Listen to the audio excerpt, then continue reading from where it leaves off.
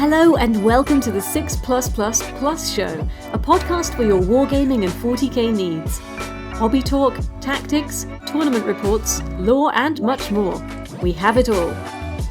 Please welcome your host for the evening, Tom. And we are live. There we go. Cool. Welcome, ladies, gentlemen, and warp-dwelling deviants, to the 6 Plus show. Today's episode, This Ain't a... Oh, I've done the title wrong. But you can read it. It's This Ain't the Beach. It's a goddamn arms race. Today we're going to be talking Beachhead. We've got Beachhead coming up, but we're also going to be talking about list design more generally. But before we do that, we're going to do catch up, and then we're going to do some questions, because some of you have written some lovely questions for us. So let's catch up. First, we have our dear leader, Chris. What's your name? What have you been up to, Chris? Catch us up. I have been painting Custodes. We spoke last time about how I was working on that. Basically, I was sat there all nice and pretty, ready to take my AdMech this month, dabbling with some Custode painting.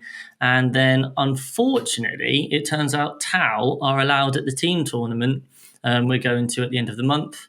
That changed around our roster a bit, and it meant I got to take the Custodes. So I've been thinking, well, I'll take that to Beachhead coming up. So I've been frantically working on a list and painting those guys up. And ladies, of course. Yes, ladies as well. There's some ladies. Those ladies. So sisters doing it for themselves. You know it. Are you saying that there was nothing to do with the fact that the new book's out and it's absolutely stomping everything? I am 100% saying it's nothing to do with that. That hasn't factored in at all. No, I'm just, you know what? I haven't played Custodes much. I miss them. Yeah. A new book is your true love. Happy one of my favourite things to watch and to listen to is 40k players talking themselves into the fact that the reason they're doing something isn't because it's good. It's a whole subgenre all of its own. We all do it. Everybody does it. No one ever just wants to say, this thing's great and I'm doing it because it's great and I want to do well. Extra reason. You literally never, I think it might be a British thing. You literally never get British players going, yeah, this is the best thing. I'm going to take it. I'm going to stomp everyone. That's why the end. We don't say stuff like to fail, do you? Because if I go, I'm taking Custodes because they're amazing, and then I go like 2 and 5. Well, that's true. Then I just look a bit silly, don't I? So it's not got to set those expectations sensibly. I'm not taking 18 bikes though. That was my original Custodes. I'm gutted about that. 2 years ago. 18 bikes. I did used to take. Can 18 you fit bikes. 18 bikes in? How many points is that now? You used to be able to, with like 1 or 2 captains and a. How many points are they? Now they're 85 with salvos. So that's 1,500 points. You could make a list out of that. Gosh, 3 6s. I mean, you don't want to hold any objectives, but why do you need to when they're all dead? No, because that's 18 very, very accurate D3 plus 3 shots if you want. I guess you might want some other bullets as well. maybe you just don't need it at that point. One hurricane bolter, just on the shield captain bike. So that's all very sensible, and I'm sure you're sick of gold at this stage. Lee, welcome back again. What have you been doing? Thank you. Catch us up. So I haven't been actually doing that much, to be honest with you. I think I'm going to repeat the same as last week. I'm just completely scattered. So I've been painting a Vortex Beast, Mutilate Vortex Beast for my Thousand Suns. Sweet. Yeah, I love those models. Now I've got 2, so that's a lot of fun. I've been painting some Black Templars. I did a test Warp Talon. Ooh. Tesseract Glow. What else have I done? Yeah, loads of Tesseract Glow. I'm going to need a new bottle of that soon. Because Reddit has an inkling that Warp Talons are good, but sadly Reddit didn't have an inkling that they're also not coming out anytime soon. In terms of their new Suddenly rule. the order of things has changed enormously. And to be honest with you, Warp Talons, I will admit, I bought them because I thought they're going to be really good. So, absolutely, I think it's very sensible. Yeah, I'm trying to get ahead of the curve a tiny bit before those GW prices go up. That's I've definitely soon. I've got some Night Lords. The Night Lords, which are very much on the back burner at the moment, are absolutely they're so bad now that they must become amazing. We'll see. We do know how GW treats chaos. It just won't happen. How about you, Tom? What have you been working on? What have I been working on? So this week I've had to accept my limitations because I've been very speedily painting away at GNC the Colts. and I've had a couple of games testing them out. Had a great time. I've had a few successes and one absolute curb stomping from Stuart McIntyre. So thank you very much, Stuart. That was very instructive to get completely and utterly brutalised, make terrible decisions, and learn from them. So it was very useful. But I'm not going to be able to get them done ahead of this coming weekend. So I've admitted defeat. Although I've got my next batch of neophytes coming along, and they're looking nice. They're my favourite models to paint in this range. They're lovely. For such tiny little sort of cultist-looking guys, they've got really lovely detail. And the armor's really nice to paint because it kind of catches all the wash. And are you using contrast? I'm not using contrast, no. Okay. I'm not using contrast. A lot of squig orange and celestial grey is what I'm using. Orange, you're brave. Yeah, I know. So that's been fun, but I've as we'll get to list design in a bit. I'm now taking stuff that's pretty much all painted. I have one Shadow Seer to paint in my scheme. Excellent. Otherwise, I will have to take my girlfriend's Shadow Seer instead. Which is, I would worry I would lose it or damage it or something like that. Is it well painted? I was going to say, is it nicer than you would do? Okay, we'll get a photo of this and we'll put it on the Instagram later on because it's incredibly well painted. She's done it in the style, the style of the one that was, the cover one with like all of the different reds and blues and yellows, tons of stuff going on. Absolutely beautiful. The main reason I don't want to take it is because it will show off exactly how basic and slapdash my sort of veiled path color scheme is. So that's me. Quite a bit of in terms of gaming, but not so much by way of painting this week. So there's been too much on. The business. Game face is on because we're going to go into the business. So it's the business. And the business of the day is list writing, list design, and thinking a little bit about our list that we've currently got for Beachhead as well after that. So I'm going to open up this question to you guys. Where do you start when you're designing a list to take to an event? What do you do first? Go on the internet. Netlist. So basically, you think about the build up to the codex. There's little leaks by GW. They'll release some sort of bits of information, but you won't have the whole picture.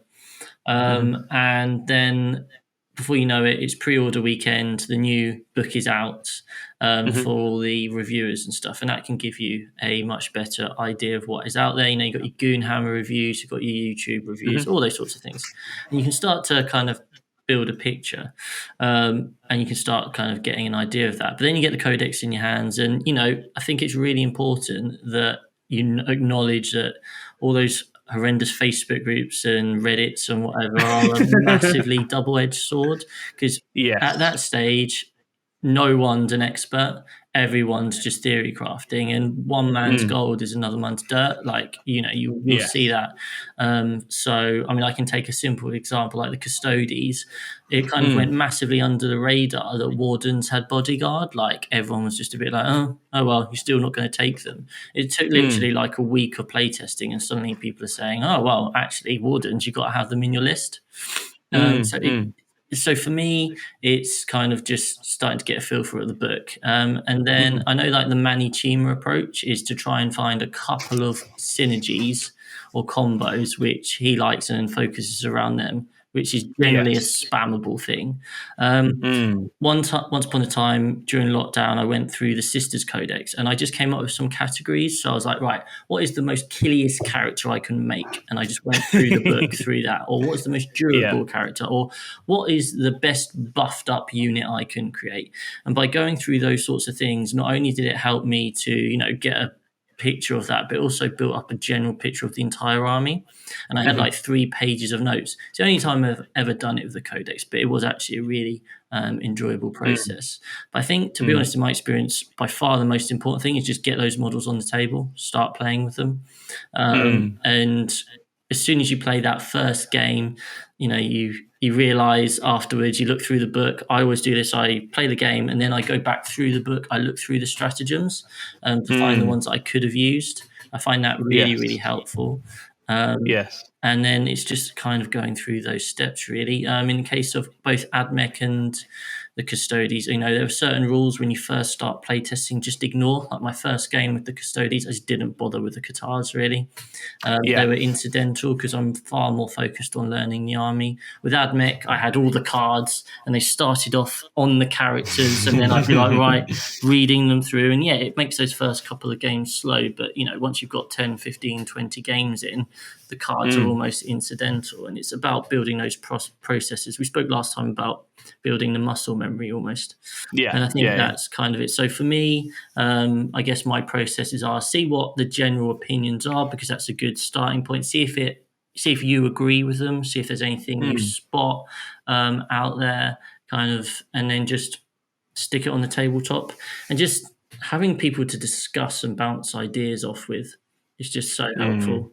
I think we're quite fortunate. We've got a nice little group where we can just keep talking about these sorts of things. But there's absolutely no shame in looking out, listening to the podcast. There's a lot of far better players than ourselves out there doing lots of things, and they're not always right, but they have a good starting point, and you can kind of interpret from there. So that's kind of it. And it's just about developing this, keeping an eye out for what's doing well. But just because it's doing well doesn't mean it suits you.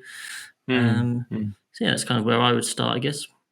Yeah, but I think that's a very sensible place to start. As you say, there's lots of information out there for giving you the ins on where you can look and how you can build, and it's very sensible to use those resources. Very, very sensible. Lee, what do you do? What's your process? Yeah, it would be similar in a lot of ways. I think the first thing I like to do, particularly if it's not a new book, is to just trawl through BCP. So the best case pairing interesting. See what's been performing well, particularly in the area.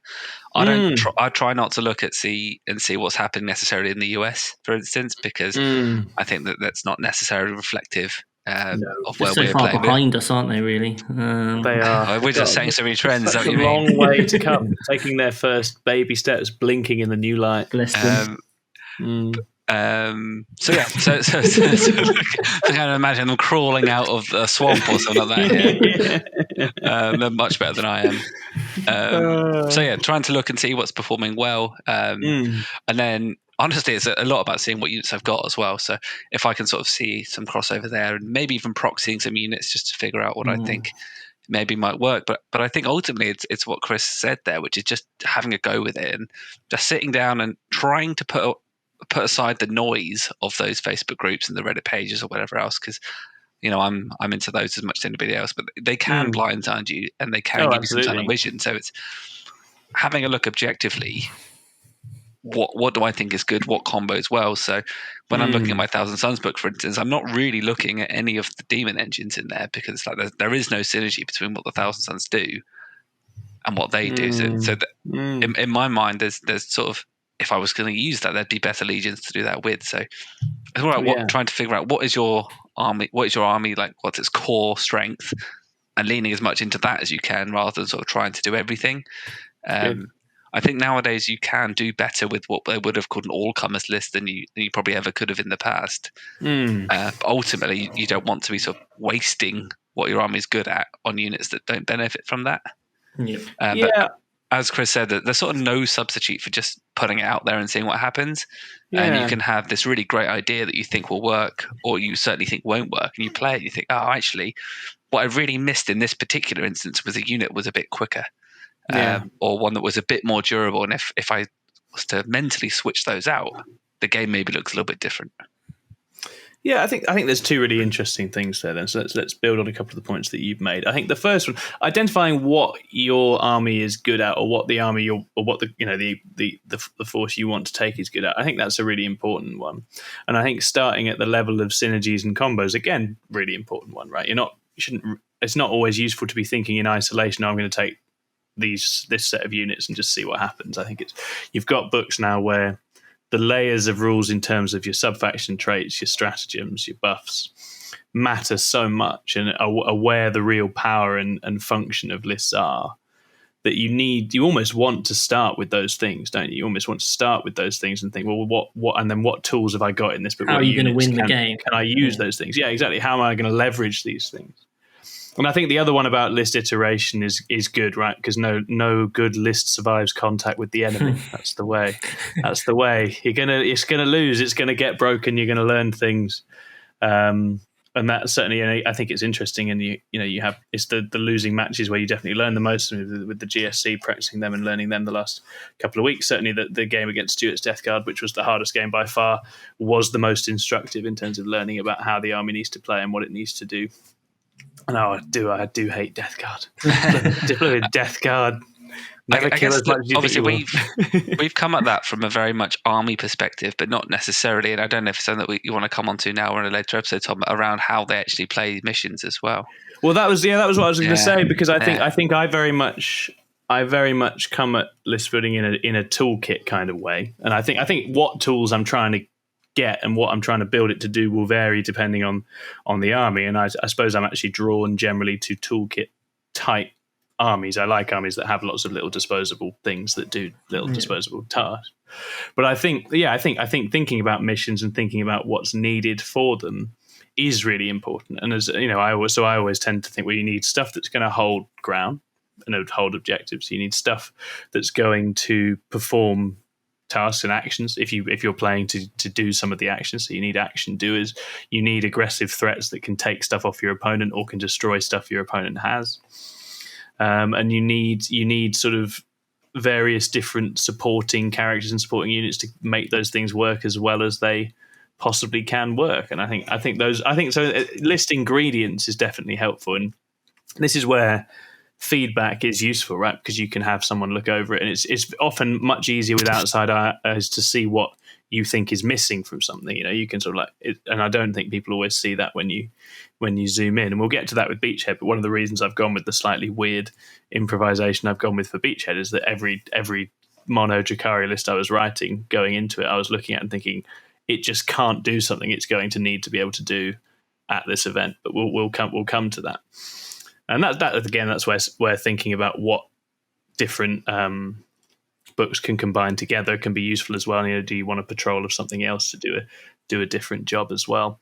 And that varies player to player. And it's funny because you mentioned Manny Chima. Obviously, different players have different sort of codes about how they will and won't design lists, right? It's fair to say Manny is at the extreme end of he finds a couple of things that do the job really well, and he just takes as much of it as he feels like. Yeah. And David can build and paint in 2 days. Yeah.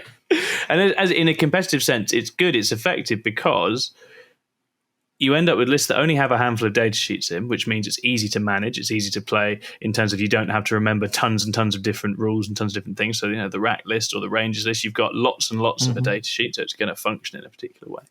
But then for some players as well, you might have constraints like, I want to just play mono faction. I just want to play my Blood Angels. I don't want to suit them with anything else. I don't want Guard or Custodes or Knights or anything else. So I guess identifying what your constraints are, what your rules are going to be, is useful as well, because I think those vary person to person, right? Yeah, absolutely.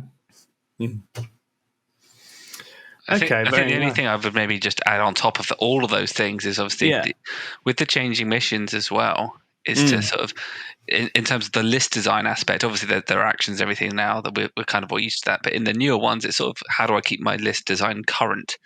So if we're thinking around, if you're an army that wants to sort of focus on one of your strengths is speed, you might want to be trying to score engage. But now thinking, okay, well, what 3 either vehicles, monsters, or 3 model units am I going to be able to do that? Yeah. What am I going to have to get across the line? And that's something we'll come on to in the next segment, sort of around Beachhead. But I think that's an interesting thing as well. That's definitely important, because the game, the state of the wider game, the meta as we call it, that's changing all the time. What are missions asking you to do? What is the terrain you're playing on like? What are the armies out there you might play against like? And the more you know about those things, the more you can design and shape your army to do that. I remember a good example was LGT, where I'd played a couple of games. I think we'd done Goonhammer before that, where the realization had come through in a couple of quite brutal games. You just can't hide that many raiders on a board. No. You can't. At the end of the day, you can't have that many raider-shaped things, because a couple of them are just going to die straight away. because you can't hide them. And so I'd swapped a few Venoms in because I'd noticed those little LGT, tiny, smaller box type bits. I was like, oh, a Venom fits. Yeah. Venom fits beautifully in that. So I have 2 Venoms instead, and they'll go down. And then you start realizing stuff like Talos and Kronos can fit in those. And so the whole list design of Drukhari at that time was kind of shifting, and I was very much sort of shifting at the same time towards what sorts of tools can you have that are going to fit in other terrain types so that the Raider chassis that you have aren't going to get killed. And so that's responding to the environments that you encounter, isn't it, I guess, and thinking about the environment you're going to be playing in. And I think you can then absolutely take that further with things like the LGTs. You get that terrain, you set it up, and then you build your list, and then you deploy it. And you don't want that first time in a setting where you can get advance warning off the terrain, especially in the UK, the Warhammer tournaments, they're using the same sort of packs and the same terrain all the time. You don't want the first time you deploy that army to be against someone. Obviously we don't all have the time in the world, but in a perfect world, you just spend an evening setting up the terrain for the 5 different missions, and you put your army in, and you see, obviously it all depends slightly on your opponent, but you see where does everything fit in, and then you can start to work out, actually I could jump this Vanguard vet unit from here to this terrain, and you just create a general picture. And that will mean that going into each matchup, you're going to be so much more confident in that opening or the opening phase of the game because you know your game plan already. Yeah. And obviously that's not possible for all tournaments. No. But it's certainly something to consider, I think. Yeah, absolutely. And I think that will lead us quite nicely to talking about Beachhead, actually, because Beachhead in many ways presents a very specific set of challenges, right, for someone who's writing a list. So let's talk about that. What about Beachhead specifically has affected or impacted how you've thought about and how you've prepared for it in terms of list design? Yeah, so Beachhead is player place terrain. It is. So it is. This is a new one for me. I've never done it before. Thanks, America. Yeah. It's an American thing that's made it over here. So I never back into the swamp. I listened or watched a video on kind of like some advice on how to go about doing it. And then Lee and I had a practice game recently, and we kind of had a quick practice. Yeah. It was actually really interesting. It requires a lot of like forward planning because, you're not allowed to be 6 inches or closer than 6 inches from another piece of terrain, and it's so easy to block yourself out. So you can't. I think I redeployed the terrain about 8 times trying to find something that made sense. Yeah, definitely have to do a bit of nudging. Yeah. You're kind of bailed out by the fact it all has to be on there at the end because you're like, it's not going to be like, I couldn't fit it. You can't have it on there. I was actually trying to achieve that at one point. Chris had his Custodes, and I was like, I just want this minimum terrain, and that way, if I go first, I've got a chance. So that was really interesting. So thinking about that kind of. More and more these days, as we said before, there's more and more terrain on the boards. Yeah. So having an army that can jump between different terrains through maneuverability, I think, is really key.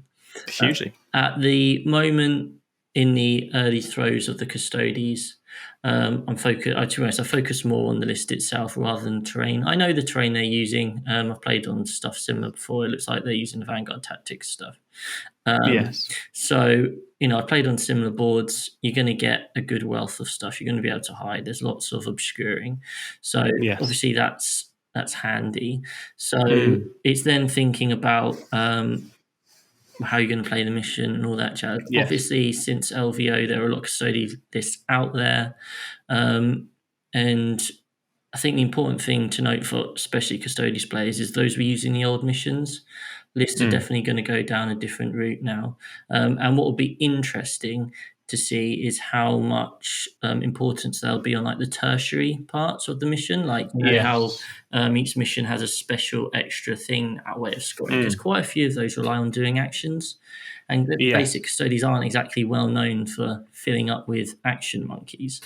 No. So I think that would be really interesting to see, like over the course of time, like are they able to score highly enough and consistently enough, or can they be shut down whilst they're too busy killing things and not really dying? But are they going to be able to score 3 secondaries consistently? You're already seeing the Beachhead lists starting to include an Inquisitor. just to enable you to get whatever it is, mental, psychic interrogation. I think in the Custodes case, it's mainly to stop people doing it to you rather than to do it yourself, isn't it? It's one of the few secondary weak points they have. I think if they just get mentally scanned all game, can't do anything about it. Yeah, that was the only points I scored. I guess obviously it does open up that you could yourself do it. Sisters to shut it down if you want, because they've got. I think that the sisters definitely play a role in that. So I mean that depends if you want the sisters sat at the back or to push forward. Like if someone took it against me and I felt like I could just leave something at the back, then those sisters would be right at the front trying to get that 4 up tonight, I think. That's a waste of time against Thousand Suns because they just autocast it. Yes. But in a lot of cases, that certainly can be useful. But yeah, I mean, for example, I'm not taking one simply because I just have this paranoia about Grey Knights and Thousand Suns, and I don't want to take the Witch off the table, and I don't want to give Thousand Suns the kill more. With more or do more damage with mortals than your opponent. Yeah, I think that's whilst I don't think you're going to see a huge amount of Thousand Suns, I think where you do, and I strongly encourage everybody to take one single Psyker because it's such a huge double swing. Because if you're taking a Psyker to take Psychic Interrogation, there's absolutely no way I'm letting you score that in the entire game. No, for sure. And at the same time, it's turning on. I'm still going to score it because I would just make it undeniable. And then I turn on Wrath of Magnus as well, which is in a separate category. So it's an incredible swing. So everybody should do that. Yeah, exactly. And that's the thing. Like I play a lot of Thousand Suns because I always play Lee every tournament I go to. You do. You ask the TO. You sit the TO at 10, and I always play against and they match you up. So for me, it's like kind of my mind. I'm like, but it might well turn out to be that. As we move into the future, having that solid choice of a secondary going into stuff like Jakari, for example, might actually be helpful just as that. Definitely. So it'd be interesting to see if, obviously I know a lot of people at the moment are saying, right, get that Psyker in. So I think it'd be interesting if in a month or two people are still doing it. And Lee, obviously you're not going, but is there anything you've kind of, what as an observer of game state and meta state and event particularities, what would you say needs consideration for Beachhead? It sounds real simple, but the biggest consideration for me, if I had been going, is the fact it's a 7-game event.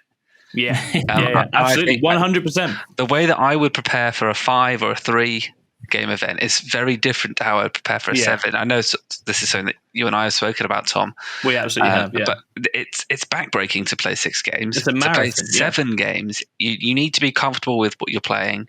Yeah. You need to sort of have a really good understanding of what you're bringing. And ultimately, I don't think you want to be sort of shuffling a million bodies around the table for 7 games. So I think the one for me is mental endurance, picking something I know that I could actually stick at and perform well with for 7 games. Not 200 GSC bodies. Yeah. Not 200 GSC bodies, that's for sure. No, sadly not. No, I think that's massively important. It's a big event. It's 7 games. It's terrain heavy, terrain rich, because the foreground stuff is designed for 9th edition. It's designed for hiding stuff in. It's designed for mitigating shooting.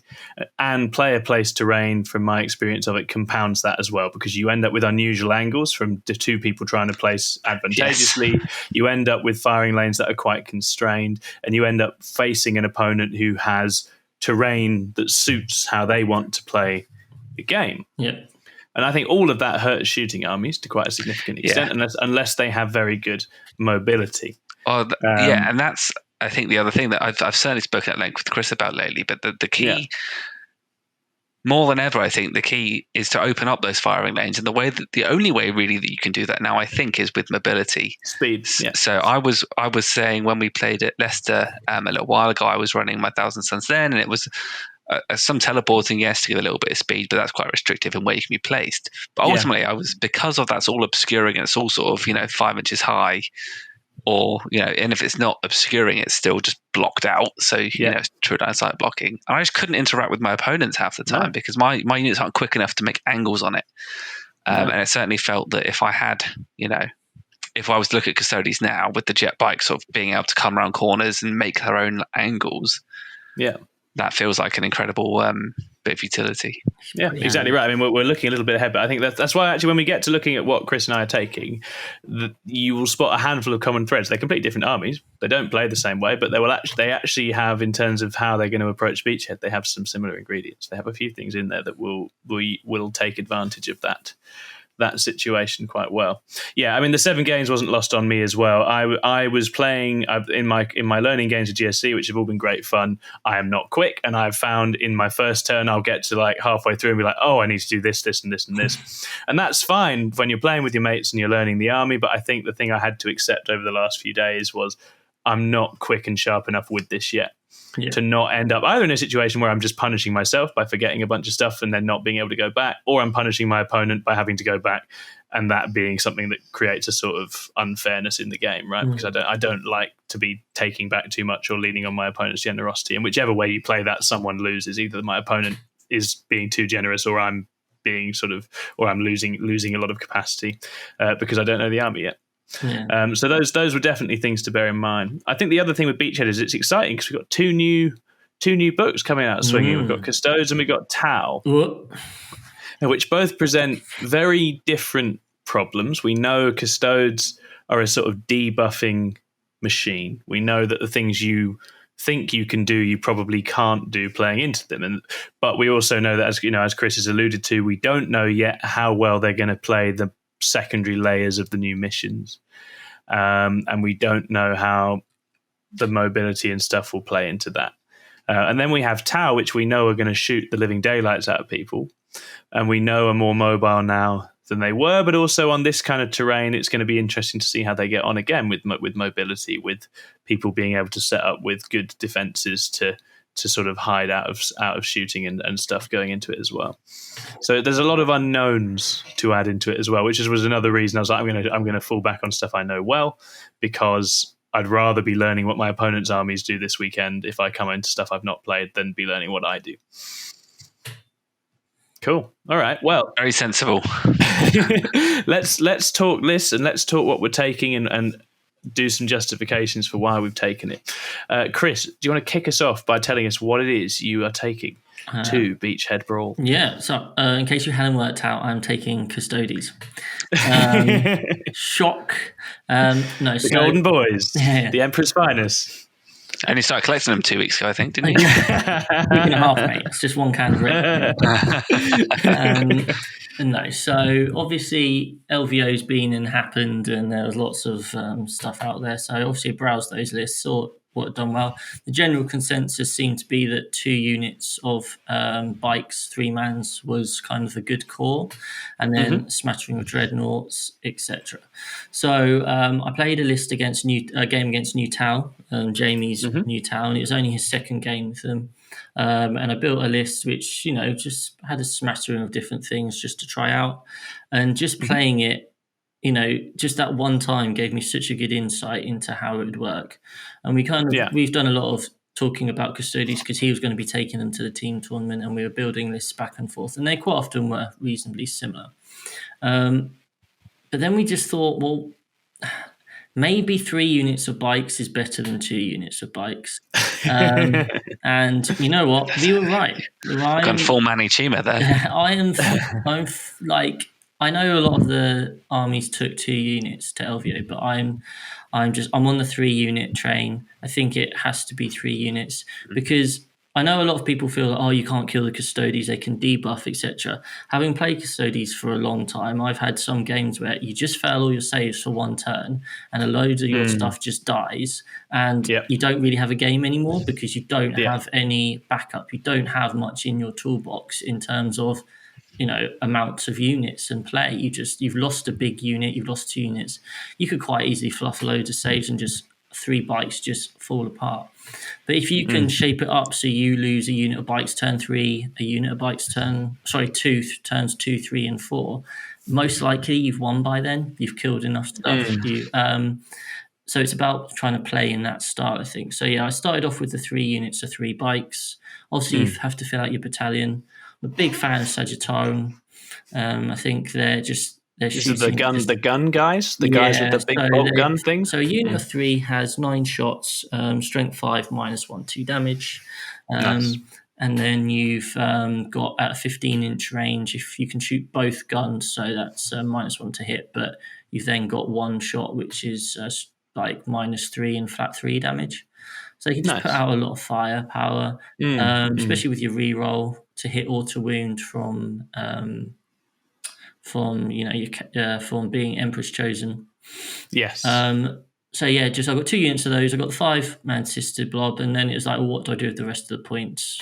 So having played with Wardens now, the first time I've ever got to use Bodyguard. They're fantastic. I've got 3 of those in. Who knew that just having a character sat on an objective, it's good, unable to be targeted, especially against Tau, it's very handy. Very nice. So much so that I was on eBay browsing to see if I could get an extra 3, because I think just maybe they could have both characters bodyguarded. But I also hear rumors that Bodyguard's going to be changing at some point. So. I mean, we've just missed the window to change it meaningfully, haven't we? They exactly. Bashed Talos over the head and we'll see left how it that goes for the next. Yeah.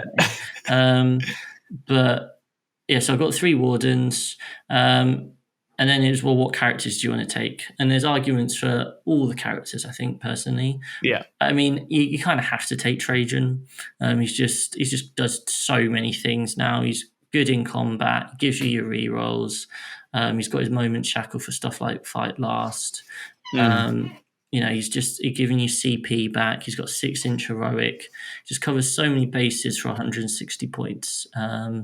He's just a beast. And then it's what else do you take? And a lot of people out there are taking the plate guide. Mr. Worldwide, can zip across, heroically intervene, but not heroically intervene somewhere across the board. And Praetorian plate, isn't it? Yeah, and it's a really great utility piece. I just think in quite a few games, it's probably not going to be. Some points a lot of games it's going to be a win more condition. Yes. Certainly 1 or 2 games it will get you the win, but I think I opted for the bike captain. I like the movement. I like the utility.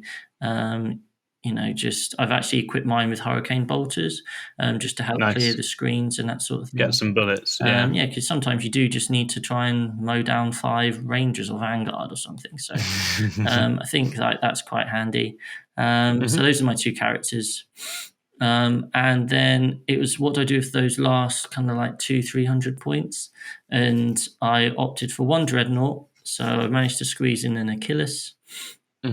Just for that beastie close combat option to just chop up a tank. This is a big spear guy. Yeah, it's D3 plus 3, Eternal Penitent, 6 attacks. You can just chop through something, and they are more annoying to kill than you would realise. Just because of the 2 up, 5 up, and then 6 up. Feel no pain. I mean, Jamie will attest. He fired his hammerhead into mine. He got through 8 damage plus the 3 mortal wounds, and I rolled like 5. Oh, that's the new hammerhead firing. Yeah. Wow. Didn't get an invuln, but I rolled like 4 or 5 6s on the feel no pain. So after apologising profusely, I was like, nice, he's still alive. So he just can be a major irritant. And then with the final few points, I've taken 2 lone Alaris because having that ability, especially on like the 5 objective missions where you can just, especially if you get first turn, you just throw an Alaris on the middle and say, well, he's there. He's going to be quite irritating to kill. You have to put some very irritating to kill. And that scores me with Stranglehold, because if you don't have that, what else am I throwing onto the objective? Yeah. It can be... and so the single Alaris gives you a cheap trade piece, right? Which you would otherwise lack in an army that's so elite and so expensive. Exactly. So it's not even a trade piece, because you're often not getting to kill it anyway. Well, no, that's so easy to hide. And also, Chris, you were saying earlier about doing those extra actions. What a perfect model to do that with. Yeah, exactly. Yeah. So it's just utilities. I fit 2 in there. And then, one more thing. I've got the -1 banner. Now, -1 to hit banner. Yeah, so sweet. That's a tough one. I know some people think you don't need it. Some people do. I've got it in there for Tau and Orcs. Quite simply, Tau. When it's good, it's really good. Yeah, Tau are going to be hitting you on 3s. So to make it up to 4s is, really helpful. Yeah. So obviously with 3 units of 3 bikes, you're only really going to get it to apply for turn 1 and 2. But then it's a lone dude with an axe who can go around chopping stuff up and being a pain, doing actions. Doing those actions, yeah. So who does it apply to, the -1 to hit? Does it apply to everyone? Yeah. 6 inches. So wherever your kind of base is, it's going to be useful, isn't it? Yeah, it's when there isn't a huge amount of terrain. If you've got players like me who don't want to place all the terrain to try and give you a disadvantage, it gives you some innate protection. And as you've said, it's so damaging to lose one. And you can roll a load of ones. It's and a bubble damage can come in. It's a bubble of dense cover, effectively, isn't it? You're walking around with a bubble of dense cover. And for an army which can turn off rerolls, which is the best way to navigate -1 to hit, it's extremely powerful. Yeah, really, really cool. So that's awesome. Yeah, no, it sounds very, very well balanced. It's got all of it. Going into I feel like confident in the list. In my playing of it, not so much, but in the actual list itself, I'm pretty happy with it. Actually, very rarely do I go to a tournament and think, "Oh, I've got a good list here." But this one, I actually feel can do the job. I can't wait to see how you do with it. I think it'll be great. I think it'll go well. Fingers crossed. How do you think, and maybe it's one for both of you actually, is that how do you think Custodes play into Custodes? Who can make the more invulnerable saves? I think going second matters hugely, huge, because they want to get a 15 swing at the end with their numbers and their obsec and their bodies in the right places, and neither of them tends to get a really nice early primary, do they? And if you think everyone's because they're both shuffling their way there, turn 1, if you go first, you don't get to charge with your bikes. Exactly. Forward, so that means if you go second, you get to charge with your bikes. So they want to go second, I think. That's my call. So people are saying that Shadow Keepers is better in the Custodes mirror map. That's a -1 attack debuff, right? Yeah. Is that? Whereas Emperor's Chosen, which is the most popular, is a 4-up shrug against mortal wound. And a reroll of a hit or a win. Yeah, no, I can see that. That's a really interesting one. So Shadow Keepers, if you can make it to Custodes, you might have an edge, but you have to... That's an interesting one. Because Chris and I played a practice game earlier this week, and he played New Custodes into My Thousand Suns. And I still think that given... not Shadow Keepers, there is not Emperor's Chosen. There is still an option there to just mortal wound them to death. So to take that away and just sort of that does eliminate a lot of the damage you're going to get from Grey Knights and Thousand Suns and Volkite Contemptors and 2 mortal wounds from Succubi and everything I just won't have to worry about those things. Because that stuff is still out there. One thing I would say for a Custodes off is that every fight phase is going to have 10 interrupts in it. You're going to have so many interrupting and jumping and piling when they get to the sort of fight phase against each other. It's just going to be little golden guys popping up in all sorts of weird combinations. It'll be very funny. No, that's good. In terms of the list design, it feels like you've got something where you're applying pressure with bikes and trying to make them deal with bikes in places they don't want to deal with them. And you've got your little Alaris and cheaper pieces to kind of try and draw the enemy out before you can land your killing blow with other stuff. Is that a fair assessment of how that wants to play? That's it, isn't it? You just stick all your bikes in the middle of the board or heavily down one flank because you've got the redeploy from Stern Mark, and you just say, right, I'm here, I'm hitting you next turn. If you can't see me, you are a bit stuffed. Meanwhile, you've got... That's what happened to me. Yeah, it's literally what happened to me. I went first. I just sat everything in the middle of the board. He killed 1 unit of bikes. And then we just charged and a few things died. And then Lee's next turn wasn't quite enough of a counterpunch. One interesting thing was Lee did 12 mortal wounds to my bikes. And just a few weeks ago, that would have been 3 bikes dead. Yeah. And instead, I saved half of them. And with the extra wound now on the bikes, that was 1 bike dead and 1 bike taking 1 wound. And that is unbelievable. It's such a huge difference. Such a huge difference. But and when you play 4s, they spike. That's the thing. It's not just that you that was save average. 50%. It's that sometimes you save most of it. Most of it.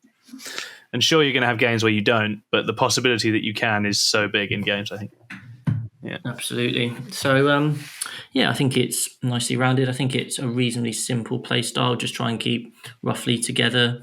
And then I think there'll be a straightforward one to learn on the job, as it were, which is good. And I think that's it for me. Like, I played 2 games so far with them, and I suffered at the hands of them once. I played my admech into Jamie playing Custodes, and that was just horrendous. That was basically the same thing. Like, he went first, I had 1 turn to try and shoot some stuff away, didn't kill much, and then he was just in my lines.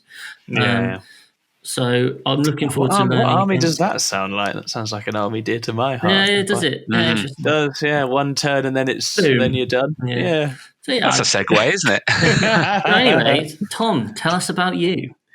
I've done a weird thing for Beachhead. I have souped Drakari and Harlequins. I have created Dracarliquins, as I am going to brand them. That's trademarked now. Yeah. No one else can say that, yeah.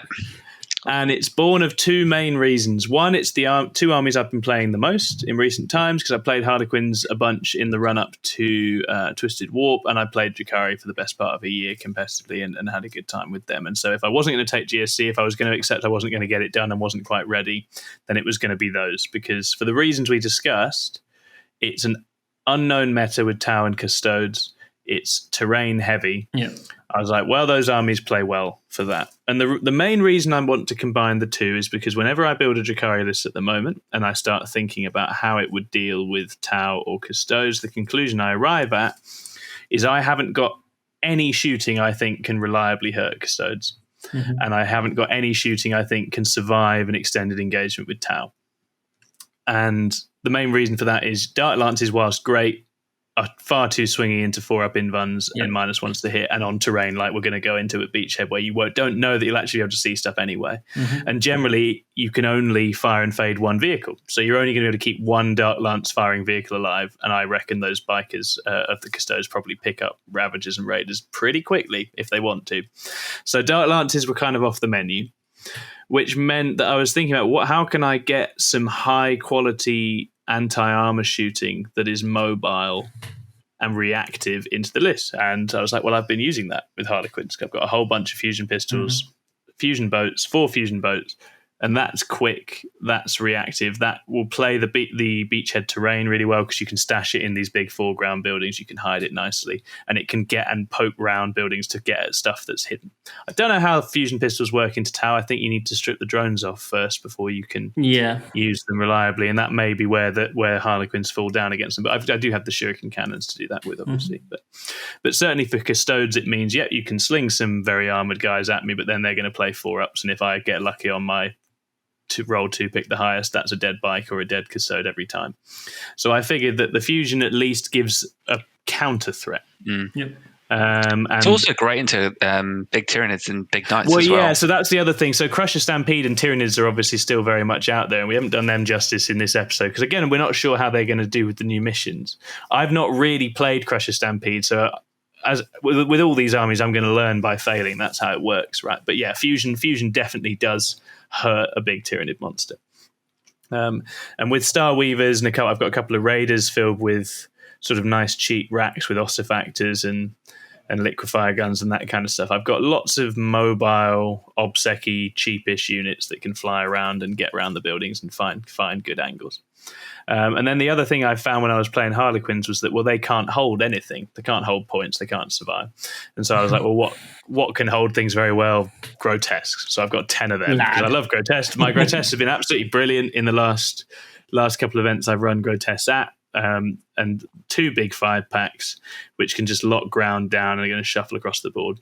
And then the nice thing about having both Harlequins and Drakari is that I can have sort of tooled up murdery characters from both factions. So I've got the Troop Master with mortal wounds and the sword that gets him loads of attacks, and then I've got the Succubus, Drazar, and the Fight Last Archon. So I think all of those things combine quite well on this terrain.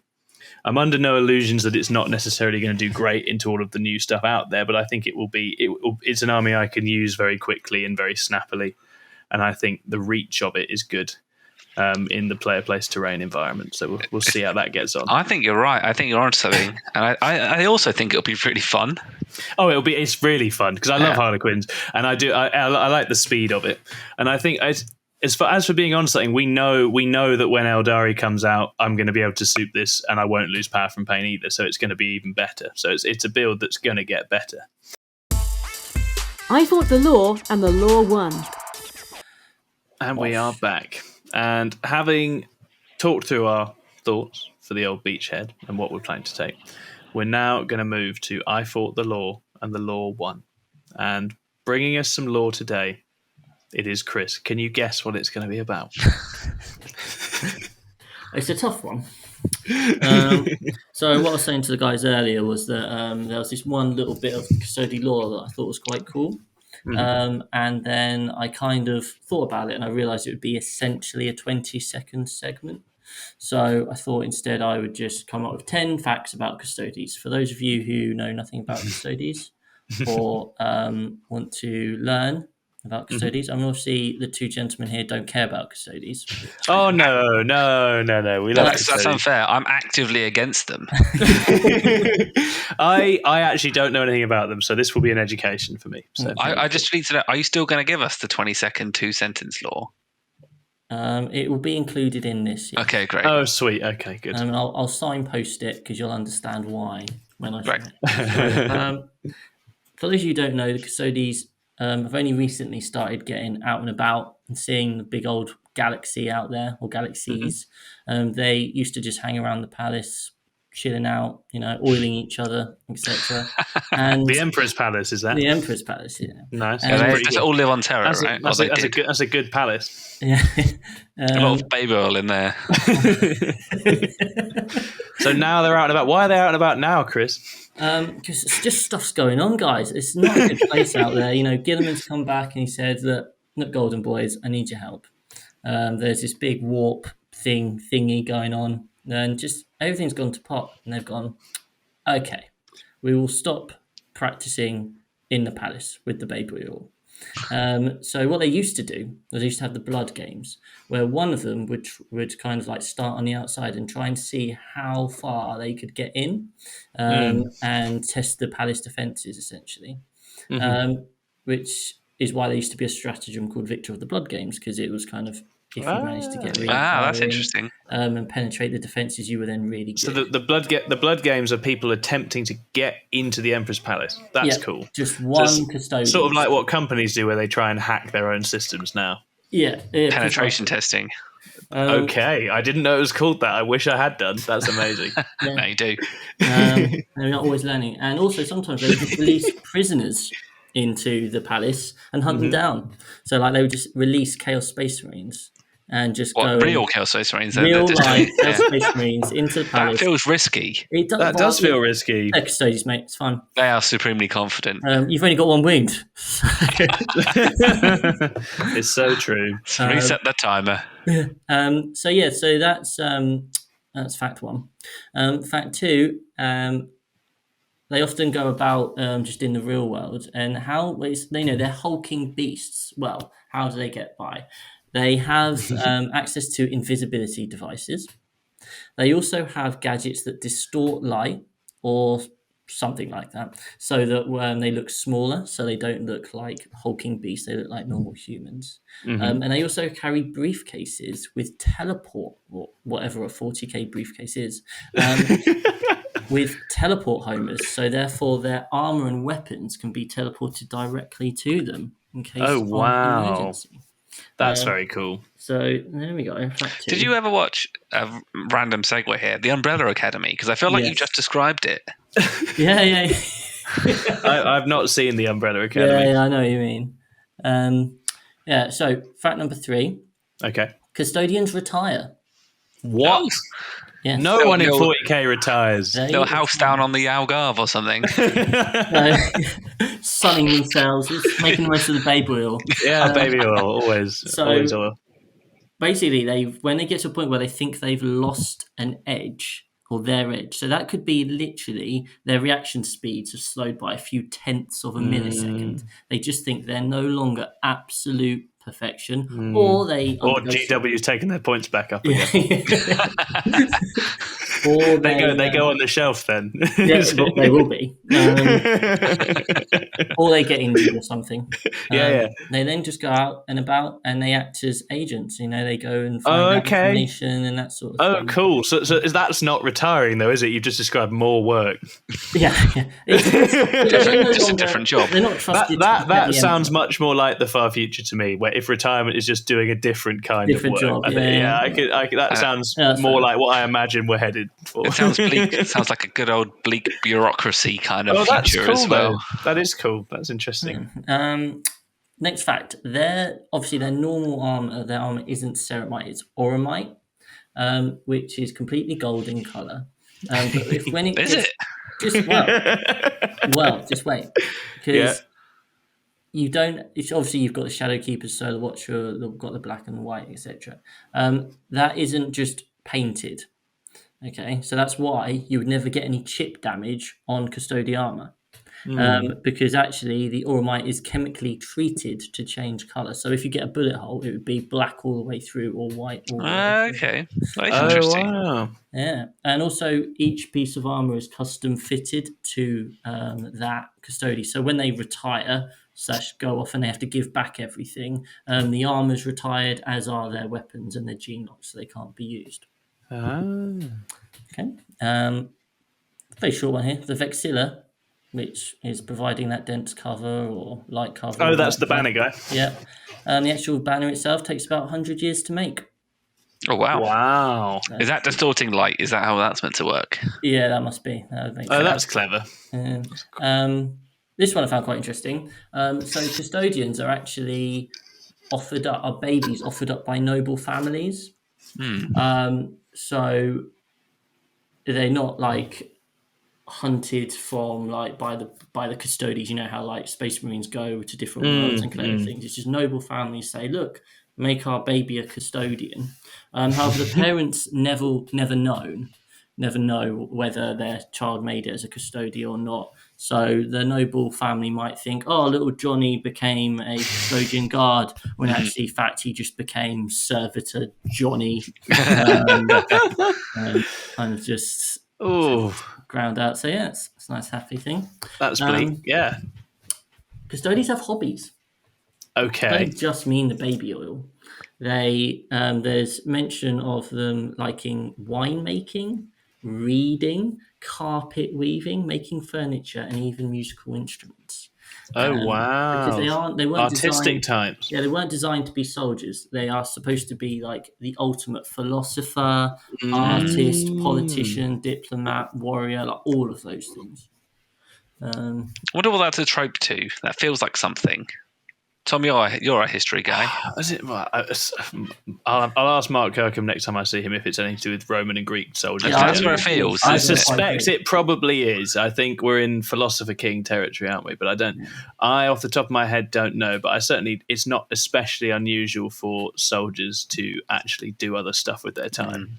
And actually, the weird thing in 40k is that it's about a bunch of factions who actually don't seem to ever do anything else. They're just always fighting all the time. I would like to play mundane 40k. Like, how do farming like in the 41st millennium? 40k Sims, where you're just a peasant on Baal going back to your little house. Oh my word! And yeah, finally, so for those who don't know, Custodes are split into shield hosts, and there's one called the Aquilin host or shield host, and they're all about protecting. And there's this little paragraph which has been used in both the Custodes codexes. So I just thought I'd read this out because I think it's quite a classic 40k story. So basically, there was a Lieutenant Nathasian in the Cadian 86th. And he was going to be executed because he'd been a bit of a naughty boy. However, just when he was about to be executed, the Aquilin shield suddenly teleported by his side, killed all the people who were about to execute him. Oh, blimey. And then he was then free to exercise his flair for unconventional tactics, which then led him to become commander and then war master of an entire imperial crusade. And he swept clear all these orc tribes. He stopped a war, and he was an absolute boss. Yeah. And then the bodyguards vanished, did not rescind the sentence, and he was executed. Oh. So he was just a tool, basically. Yeah, absolutely. And that is how the Custodes work. And one final thing, which is the thing that I was going to talk about for 20 seconds, is that the Quillen Shield have also known to have protected a teen boy who one day was collected by the Black Templars. Oh. And his name was Helbrecht. Oh, no way. Oh. So there we go. So go. Helbrecht was protected by the old... It makes sense why he wears gold armor now. Yeah, so Lee, we're going to have to do a Quillen Shield versus Black Templar Batware, and he can get out his daddy issues. Yeah, that'd be fun. Let's do it. Let's get the next one out. Why not? Absolutely. I think Quillen Shield are actually quite cool. They've got some. There's quite a lot there, and it does. They sound more sophisticated than I realised. I'm delighted to know that there's a whole sort of Renaissance man element to the Custodes that I wasn't. I was aware thinking of. Muscle Beach. Yeah, So- they're not just sort of shiny bouncers, which is kind of how they've always been in my head. There's more to them than that. No, that's very interesting, Chris. Thank you. Thank you. Yeah, I think what you should do is have these written on cards, and at Beachhead, as your opponents get increasingly frustrated, you should read them individual Custodes facts to show that you actually love and know the Custodes very well, and you're not just in it for ruining them. I remember going to one of the London Wargaming Guild Fun or Fluff events, and I played a guy who had Blood Angels.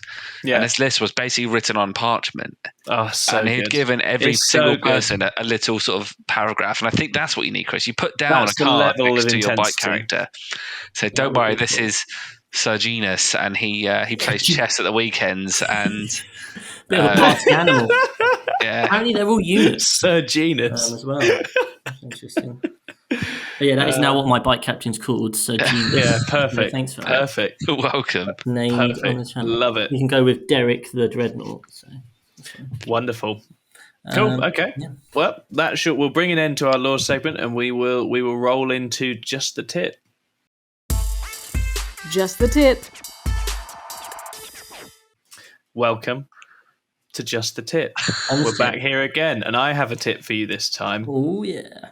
Give us that tip. I'll give you the tip. But that's all you're Just the getting. tip. Just the tip, though. It's actually, it is in truth several tips Hello. Right, Slanesh. because one didn't seem sufficient. So what we've got Never here is. is what That's what she I said. was thinking on a topic, and the topic I was thinking on is a bit of strategic advice to practice in your games. You know, just as Chris was saying, you want to be sort of developing muscle memories, developing good habits, and actually that's the most useful thing you can be doing with your games rather than thinking too much about whether you're winning or you're losing. And the one I wanted to focus on, a process you can improve, is minimizing opportunities that you create for your opponent in your own turn. So that is a lot of the time in 40k, your turn, especially the fight phase and charge phase, but to a lesser extent the shooting phase, can accidentally create opportunities for your opponent, whether that's opportunities to gain an advantage in terms of movement, whether it's opportunities to kill your stuff. It's all stuff that can end up swinging games because you're giving up points, you're giving up ground, you're giving up positions or primary scoring to your opponent. And so that's a really important thing to be aware of and watch and understand how and why that happens. And I had a little checklist of things you can do to try to prevent creating as many opportunities for your opponent in the game. I do love a checklist. So my checklist is this. I'll rattle off my checklist and you can tell me what you think and whether there's anything I've missed or whether you agree with it at all. So number one, pick sensible fights. Don't charge into something that you're not going to kill and that's going to kill you, because that's a waste of time. And all you're doing is giving a unit away and giving your opponent some movement. So that's an obvious sounding one, but it opens up a whole world of needing to understand what your opponent is capable of, what your stuff is actually capable of, what is the actual likely outcome when this runs into this going to be. And you need practice and a bit of theory to do that. That is a good one though, Tom. And I'd just like to say something that I hear people say a lot, which is, well, if I don't charge you, you're just going to charge me anyway. But obviously, a lot of sometimes that can be true, and there is benefit to make the charge if you do survive, keep one model there in engagement range or something. But typically, as you've described, you're going to die on the fight back. And what you've done is given your opponent a free opportunity to do that. Now they don't have to commit any resource in the next turn to do that. Yeah. And I think free that's movement. and free movement. Exactly. So yeah, the you'll charge me anyway is an interesting one because sometimes you hear it and it's just too late because you've stuck a unit in front of them and it's like, well, yeah, at this stage, 100%, yes, I absolutely will. It's far too late for this thing now.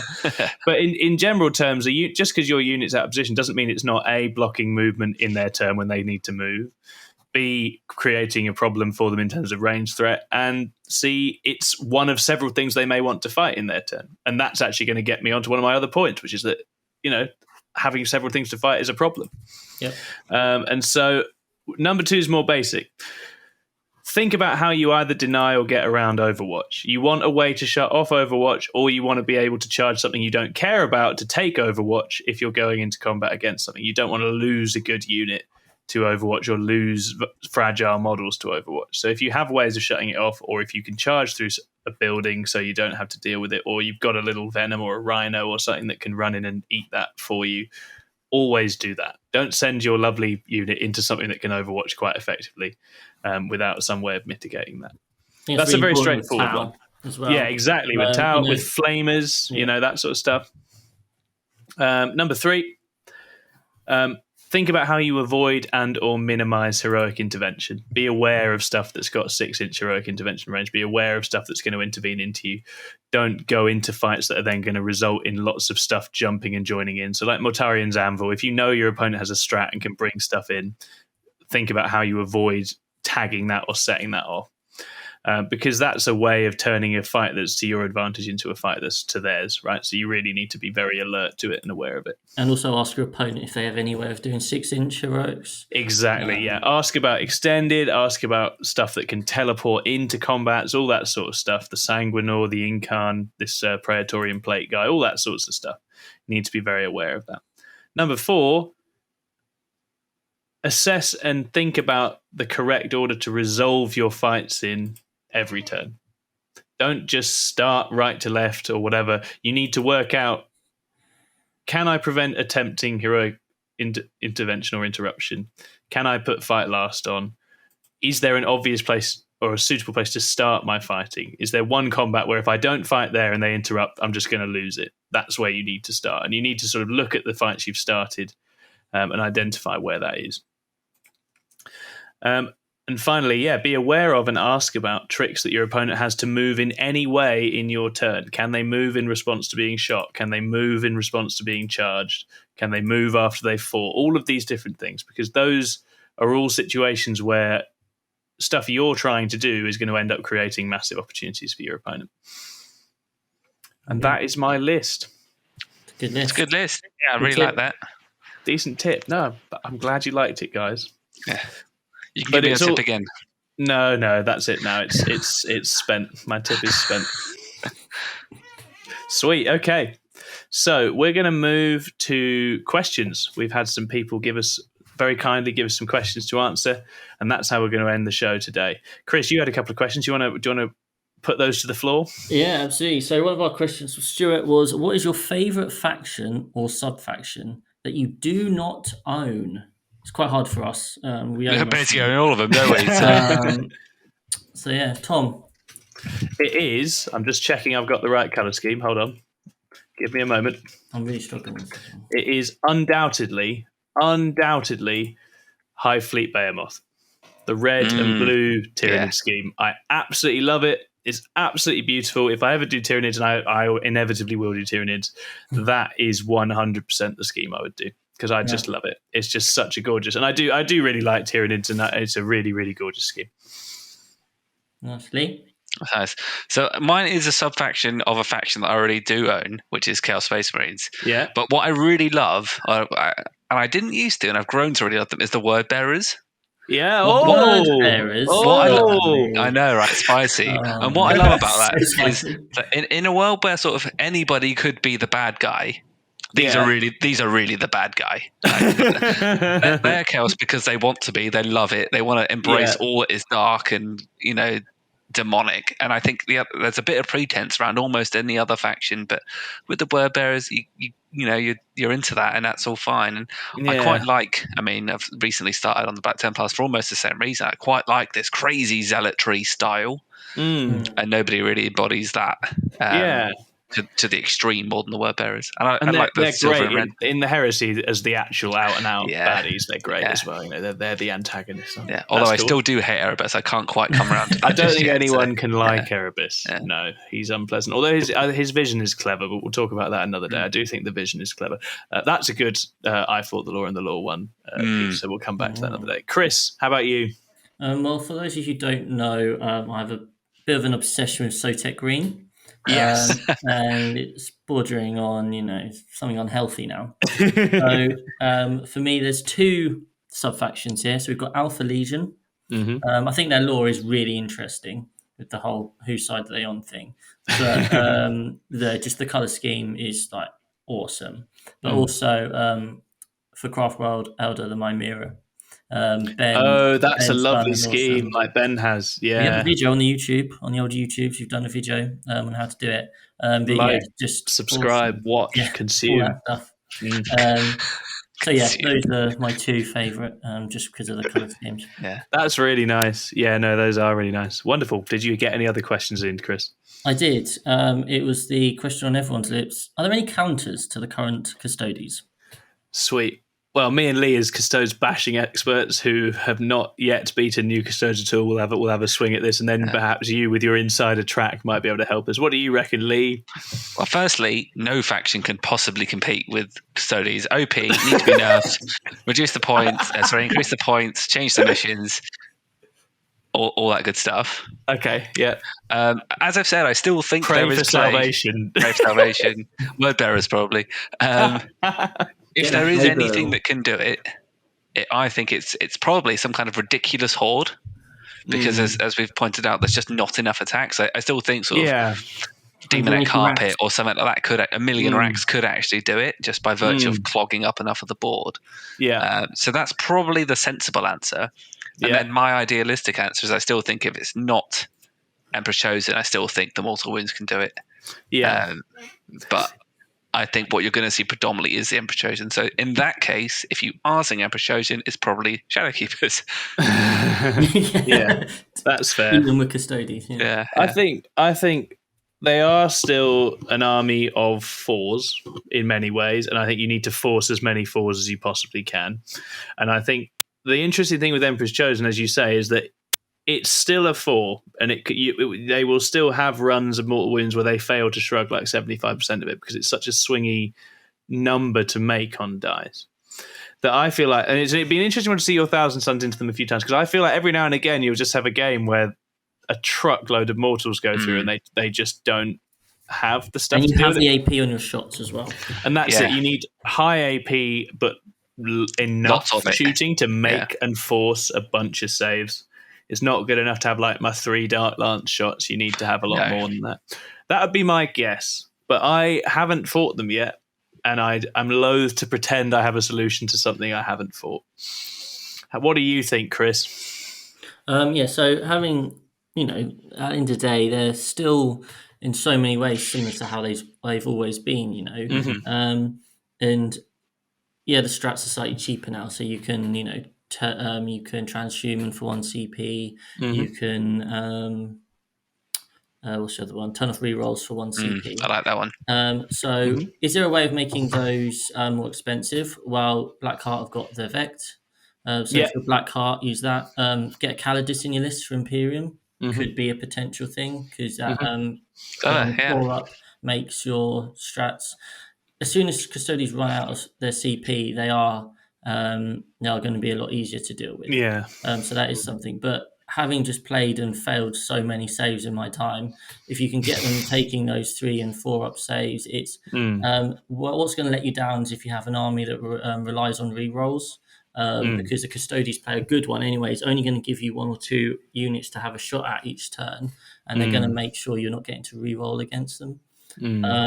So you're going to want AP 1 or 2, and then not a reliance on rerolls. You don't want to be having super efficient shooting because of the 4-up invuln, because of the ability to be so defensive. You want just to be able to pour a lot of fire into a lot of places, and just have the maneuverability to get those lines of sight. You're playing on like lots of terrain. that's why I think Tau is going to be really interesting because, playing Montcar for the first 3 turns, they're advancing and shooting everything without penalty. They've got strap to advance 6 inches. Pathfinders, I think, can move, shoot, move or something. Like you think about the Devilfish, who can move pre-game, and for like 1 CP, 30 breaches can pour out of 3 Devilfish and then move, and after the Devilfish has moved again and then shoot. And I think that's going to be horrendous to try and stop because they've kind of got that strength 6, -2 shooting, perfect or shooting, isn't it? -3 Really, or whatever it is. Like it's perfect going to Custodes, and that can just take you out. You lose a bike or even 2 units of bikes turn 1 if you haven't been able to hide with enough terrain. So yeah, I guess that's the problem when you're moving. Pre-game moving, disembarking, moving, then shooting. Doesn't really matter if you've hidden because you're going to make space. Yeah, exactly. So their reach is intriguing. I think that's going to be the real thing with Tam. If you're playing casually, just don't put any terrain on the board. Yeah, I tried that. You wouldn't let me. Yeah. Just craters all through the middle and nothing else. Yeah, beware of Tanglefoot though. That's quite a handy one. Unless you're Death Guard, I guess. Yeah. And then we do what we did with Drakari and just wait for the meta to adapt. Yeah, that's what will happen. Just on that, actually, think about Death Guard. Do you think there is... That used to be quite a hard matchup, didn't it? Given that all the most on damage and it was sort of a lot of D3. Is that gone now? Is Death Guard easy again? I've not played into Death Guard. I know it was a horrendous... But it was just so hard because they just did everything you did but better. And now they're reducing your 2 damage into 1, but as far as I can tell, everyone's saying that it's fine for Custodes. Yeah, it's an interesting one. I mean, Death Guard are a bit on the back foot with the changes they just had in the FAQ and everything else. They felt appropriate and well timed. Yeah, that was. Yeah, I'm relieved that Sisters and Death Guard have been taken out of the mix because having Marines too. Breezing through them at the mid tables was getting really tedious. So I'm delighted that they've made that more easy to do now. Thanks very much. That's great. But there we are. Okay, fantastic. Right, we've got a few more questions, then we'll wrap up. So, nice quick one for you, Lee, from Mark. Hello, Mark. Did Magnus do anything wrong to Lee? To me specifically. Okay. Now, I assume he means, did Magnus do anything wrong? Not to me specifically. That's the question. Read as written, rules as written. It's did Magnus do anything wrong to Lee? Well, I can tell you from experience. Let's answer both. So, to me directly, Magnus has done lots of things wrong. He never turns up to games. He can't hide anywhere. His wings are too big. He won't. Yeah. His stats are terrible. He's too expensive. So, yeah, to me, he's upset me a lot. Nice. If I think about the question, did Magnus do anything wrong? Are we coming at it ethically or practically, do you think? Because ethically, I think everything he did was with the right intentions. Yes, his intentions were good. So in that sense, he didn't do anything wrong, in my opinion. Practically, did he probably do the wrong thing that caused a big, catastrophic mistake? Yes, he probably did. And I will always support Team Araman. And the thing that always annoys me is, and I've read the books, is that when sort of Prospero is getting sacked, it's not... He just kind of does one for a little while and doesn't really support the guys there. So when they're all sort of like being torn apart, basically, he just kind of runs away. And so for me, he's never been the one. No, I think he did do something wrong, but I don't think it was to do with what happened with the Webway gate. I think it was to do with how we treated his Legion. Right, nice. I like a guy who sides with the first captain of his Legion because I do the same thing with Death Guard. I think Mortarion is a whiny bitch, and I like Typhus. Mortarion has basically just been sulking in a castle, and Typhus gets stuff done and is out there spreading the good news. And so it's all about those first captains, really. I agree. Yeah, nice. I'm glad that we agree on that. Sweet. Okay, next up we have Martin, and he would like to know what you'd do, how you'd change Space Marines if the outcome you wanted was to get them up to the top of our meta. What would you do? Or to just make them compete? He says top. I mean, we can think about just making them more competitive generally, but I guess it's GW. What will they do to get them on top again? I think it's hard, isn't it? Because with Marines, I think if we look at what happened with Custodes now, I know we were joking at the beginning about how they're a one-man army and they should be able to do whatever they want. And every faction has their own version of that. But I do feel like Marines don't feel like they play like Marines anymore. And I think for a while they did. When they first came out with 2 wins, they did. But that's why I'm not such a huge fan of just dropping the points with them, which would be my obvious knee-jerk, would just be like, well, they're all too expensive. And they just had a points hike again for no reason. So I think it's more about what can we do to make them feel more like they should be that durability or output wise, because a lot of their weaponry is very outdated compared to even the books that came almost immediately after. Yeah, the weaponry is a big one. Do we think one more wound? I think one more wound here and there wouldn't go amiss at this stage. Where would you put them, do you think? With the sheer amount of high AP, damage 2, damage 3, as long as you stay away from damage reduction and don't give them that as well. Obviously, Dreadnoughts. I don't want to see any more of that. Dreadnoughts are already in a perfectly fine spot, as we've established, which is why all Marine lists are just Dreadnought. But I think one more wound on your Gravis guys, maybe even one more wound on your basic Primaris Foot guys. I think at this stage, if you keep the sort of tradition of not really giving them invuns, I think that actually probably would be all right at this stage. But I don't know. It's tricky. One of the things that I would like to see, and it's, I don't know if who I was discussing with recently, but the fly keyword.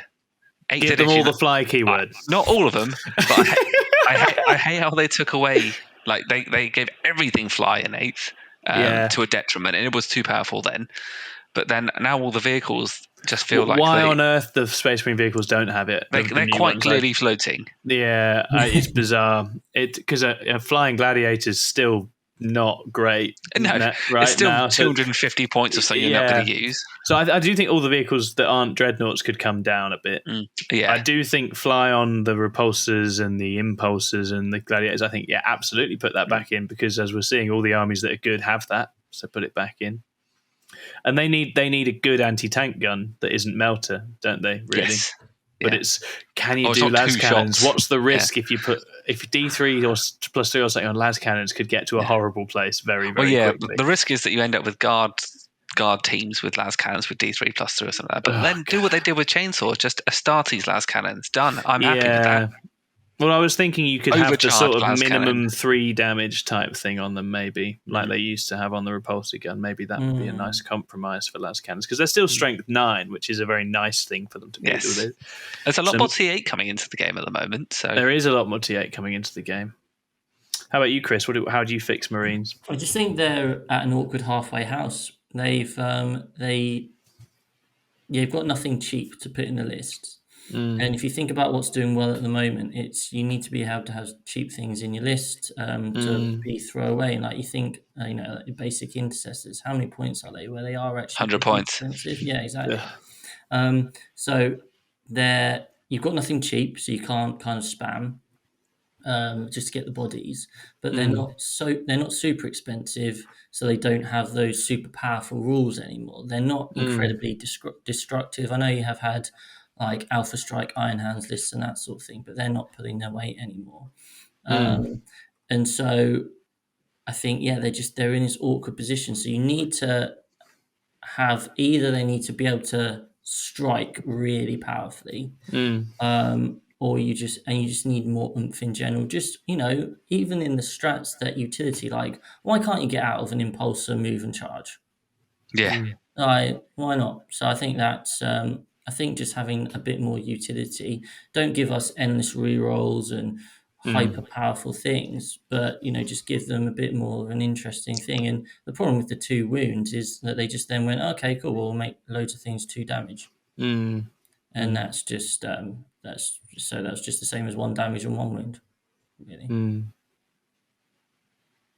My hand is up on purpose. Yeah, that's just because Trudy's going to walk in a second, so that's going to make noise and stuff. Yeah, no worries. So we're coming to the end here anyway, so that's all good. I do think the one gap in the Primaris range is flying melee bastards as well. So I think that's something that if they get will be great.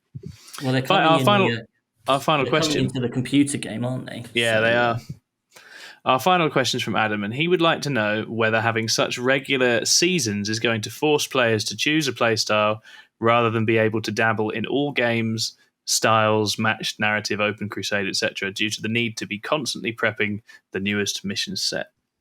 Adam, we can tell you that we liked this question the most of all the questions, so much so that we're going to think on it and explore it in its own segment next time. So thank you very much for that, Adam.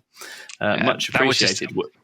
You read it out, and I was like, it's just such a great question that I don't want to answer that in 2 minutes. That's the whole section. Yeah, absolutely. So that'll be the business quite soon, and we'll get into that in some depth. So thank you very much for your time. Thanks for being here. We've had a very good time chatting about it, and we will be back soon to let you know how we got on at Beachhead, and I'll tell you how my Drakali Quinn's combo beat Custodes 4 times and conquered the meta. And you have broken the meta. Excited. Yeah. Bye-bye. We'll go now. Bye, everyone. Bye. That's the end. Thank you. Bye. Cheers.